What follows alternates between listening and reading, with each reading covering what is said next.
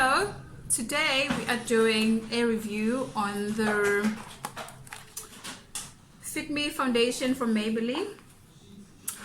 Let's start with the claims. This foundation claims to be mattifying, pore refining. It gives you a natural skin finish. It's ideal for normal to oily skin, controls shine, and it is silicone based. Alright, so I'm going to be talking about what I've seen. Those are the claims. This is what it claims to do, but I've been using this foundation for I think 3 months now. I started using it last year in November. It says you're disturbing me. So I started using it last year in November. It's been about 3 months.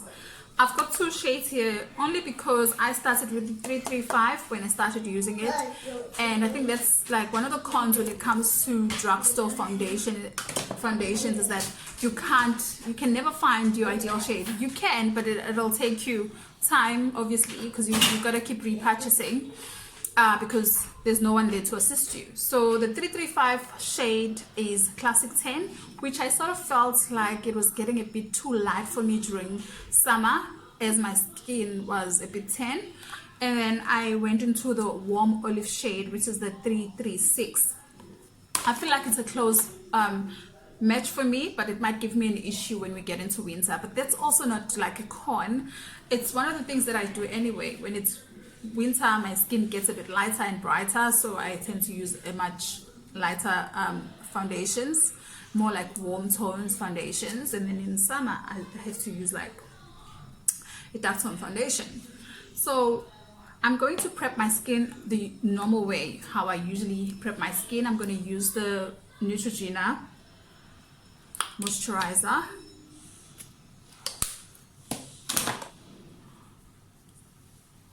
Just to prep my skin. This is how I wear all my foundations, so I don't want it to seem like I'm being biased or anything, or I'm helping the foundation or I'm not helping the foundation. I'm just setting it up for failure. I'm just showing you how I use it. So yeah, and then I'm gonna go in with You Better Work primer from Essence. Usually just apply this here. Oh my.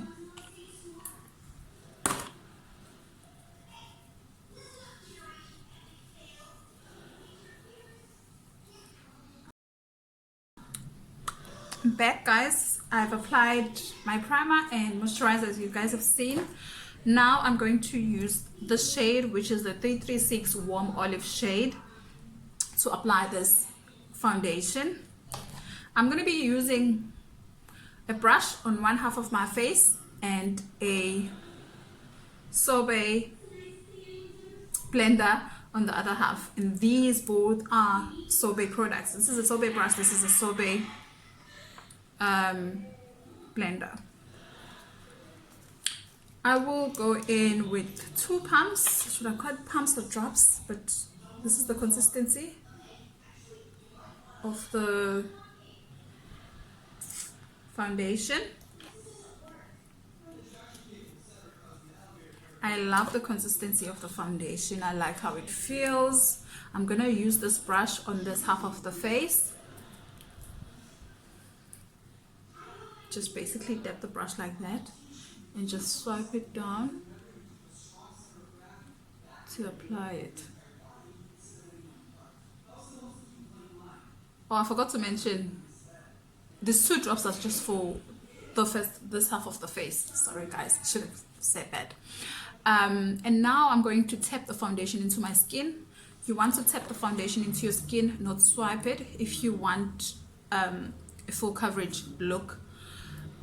This claims to be mattifying.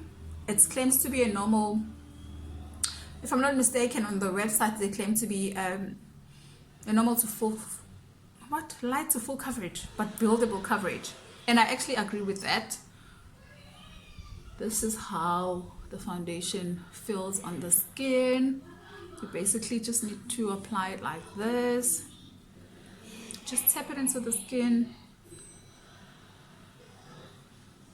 It feels so beautiful on the skin because it claims to be a pore minimizing foundation. I didn't use any poreless or like blurring primer because I wanted you guys to see exactly how this foundation looks on its own. And from the time that I've been using it,